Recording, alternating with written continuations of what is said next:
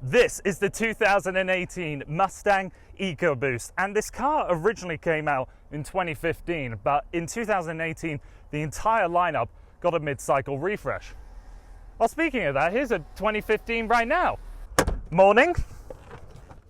What are you doing here? What do you mean? Why wouldn't I be here? I'm trying to shoot a review of this Mustang. What, you haven't done it already? No, that's what I'm trying to do right now. Okay, well, how about this? Seeing as I'm here right now with this 2015 Mustang EcoBoost, a car that you know I have a lot of experience with, what if we make a comparison video, new versus old? Right, so what you're suggesting is there's two of us? You know, people don't even like me as it is. Yeah, well, I know, I read those comments. Right, so how do you think they're going to be able to deal with two of us? Well, think of it this way. With two of us on camera, we might, and just might, be able to satisfy your girlfriend. So it's taken you a full year to get in front of the camera, and now you finally want to show yourself? I'm not going to lie, I couldn't think of a good enough idea until now. Well, I'll be honest, it will be nice having someone on the camera that I know versus picking up all of those random Joes and Janes off of the street. Oh, well, I like where this is going, but what we really need is a really good title and like a strong overlaid graphic to really sum up everything that we're trying to do in this video. I'll think of something, but come on, we got to get this film started. I love movie magic.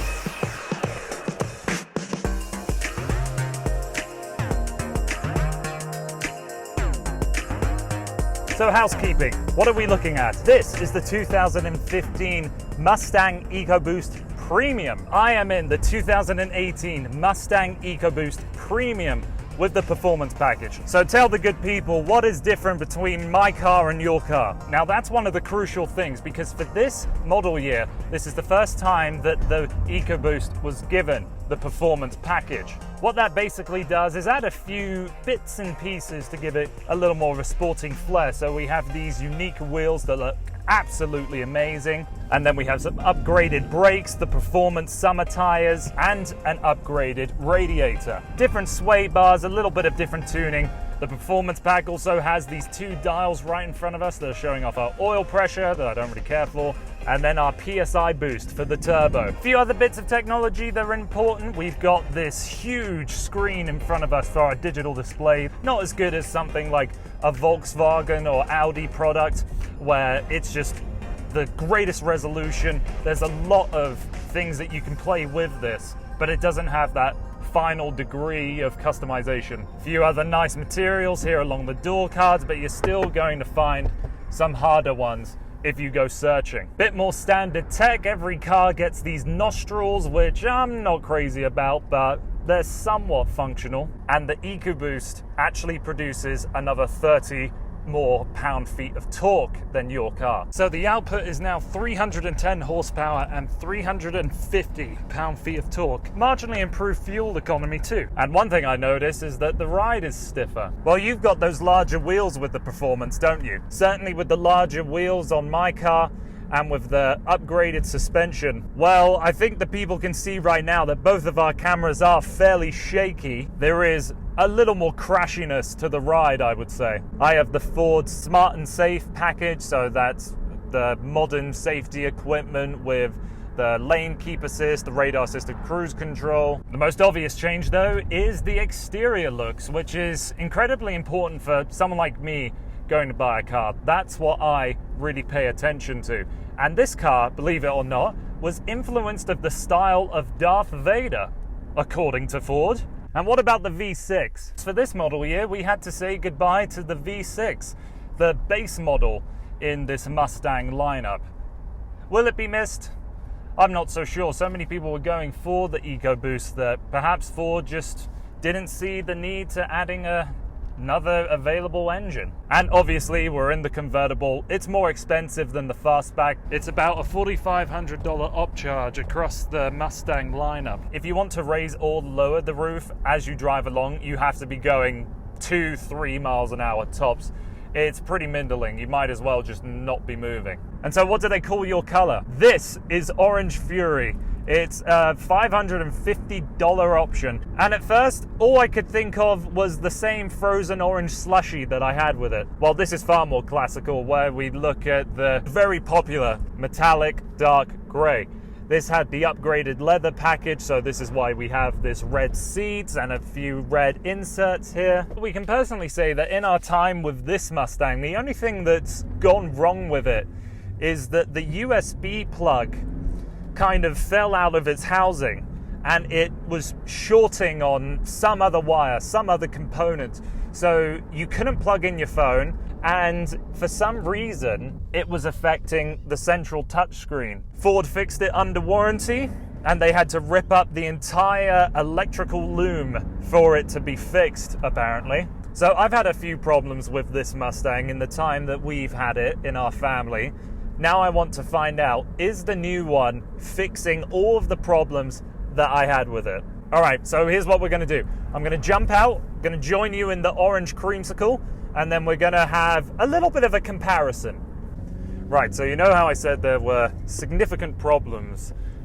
Well, not so significant, but things that I would like them to change. Biggest problem that I had with the interior was the way that this tunnel was built. But I see that with this one, it actually has some padding on the top and along the side as well. The old one had hard plastics that were a bit of a disappointment. Another problem they haven't solved though is the whole situation with these tonneau covers. Now this is something that annoys me on a few different levels. For one, it's lazy engineering. For two, you're exposing all of these mechanical components when you're driving with the roof down. And of course you're not going to drive pouring down, but dust is going to collect in there. I just see that as a potential to something to break in the future. Yeah, I know what you mean. If you're driving with the roof down and you've taken the time to install those things, you then have to constantly remind yourself that they're there. You couldn't just be driving along and then, if all hell broke loose, put the roof up. You would need to get out of the car, take them out, store them away somewhere, and then put the roof up. And by that time, you're soaking wet. We've got the same size touchscreen, but you have Sync 3 and Apple CarPlay and Android Auto. That's always great. Yep, that's a good touch. You know what's something that your car has that I don't? Yeah, what's that? A spoiler. I never thought I would like just a tack-on spoiler until I saw this car without one. Because this is the performance pack, it has it removed with the convertible. If you have the fastback, that's when you get the more aggressive, slightly taller spoiler design. Still some build quality issues here and there, like this center console doesn't seem to just hold itself in place very well. There's a lot of movement. It is padded very nicely, which is incredibly important. Leather on the steering wheel, which that one that you have is just this polyurethane, I don't know what it is, but it's not nice. I like the screen that you have in front of you there. That looks cool, but I'm not sure if I need it. Yeah, I mean, I like playing with it. You have a few different displays when you change around with the mode toggle switch down here. Another thing I have that you definitely don't is a heated steering wheel, but it's the typical Ford issue. I've only seen it in the new Expedition. Everything else that I've reviewed from them, they don't have the physical button. You have to go to the display to get towards. And if you're in something like Apple CarPlay, you have to go through quite a few motions to go and finally hit that button. That little plaque up there is slightly different. And although this is some kind of texturized plastic, and so is the aluminium in my car, I still prefer the one that's in mine. If you're coming to this review to find out if the driving experience of the EcoBoost is significantly improved, the short answer is no. We do have that additional 30 pound-feet of torque, but if you've experienced that 2.3 litre turbocharged four-cylinder engine, the story is largely the same here. Clutch has a high bite point, the boost comes early, a lot of turbo whooshing noises and blow-off valves and other wonderful sounds that are associated with forced induction. But it's an engine that seems to lose its power very early on. Once you get past 4,000, the pull doesn't seem to progress anymore. You've hit that plateau. And although an active performance exhaust is available, it isn't set up with this car. Beyond the turbo noises, the actual exhaust noise is, maybe the best way to describe it is flat. It doesn't ever really change in tone, only in volume. Yeah, well, I think I've come to my final conclusions. What about you? Yeah, I feel like I've covered all grounds here, all bases. Yeah, I've come to my conclusion. Well, let's go join the old one and come to our final conclusions, yeah? So then, what are your thoughts on the new one? Like I said, I'm not sold on the looks. The 2015, it looks good. I think it looks equally as good as the 2018, but in my mind, the GT350 is one of the best looking cars on sale today, and it carries the design elements of the outgoing car rather than the new one. And I think that says a lot. When the 2015 came out, I immediately thought, wow, what a good looking car. And I didn't feel the same way regarding the 2018. So then everything else? Well, it's nice that you get a couple technology upgrades, a little more power, a little more refinement. And the addition to the EcoBoost Performance Pack is really attractive as well. But if you're in that car and you're wanting to go into the dealership and getting a brand new car, you know, you want an upgrade, you think you're getting something totally revised, and I don't think you're getting it with this. Agreed? Weird that, us agreeing. Yeah, maybe it's because you reminded me of me. I wonder what gave that impression. Well, actually, I should really introduce myself. Hello, everyone. I'm the Drive Guide. Wait, hang on. No, I'm the Drive Guide. Oh, no, I'm the Drive Guide. Wait, so you're... Okay, right. For everyone watching right now, who's the real Drive Guide? Is it me or is it this clown? This should be interesting.